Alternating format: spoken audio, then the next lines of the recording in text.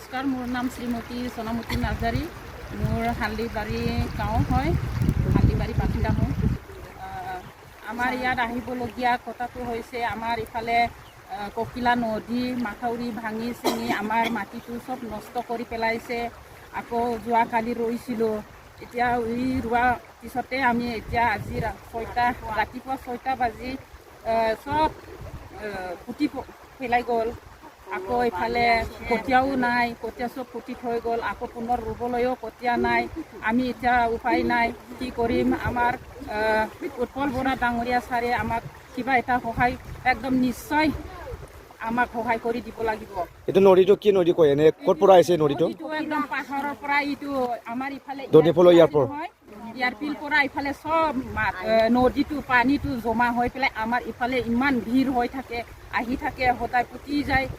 আজি আকৌ বহুত ডাঙৰ বানপানী আহি কিনি আকৌ চব ৰোৱা মাটিটো চব পুতি থৈ গ'ল। ইয়াৰ কাৰণে আমাৰ বাৰ বাৰ কৈ থাকোঁ মই, উৎপল ডাঙৰীয়া ছাৰে আমাক একদম নিশ্চয় আমাক সহায় কৰি দিবই লাগিব। বছৰত হয় নেকি যিটো মাথাউৰি ভাঙাটো? হয়, মাথাউৰি ভাঙাটো যোৱা বছৰ হৈছে। আকৌ এইটো আমি ৰাইজৰ উলিয়াই পেলাই আমি বাঁহটো ঘৰে ঘৰে তুলি পেলাই আমি মাথাউৰিটো বেৰা দি পেলাই ৰাখে যেনে তেনে।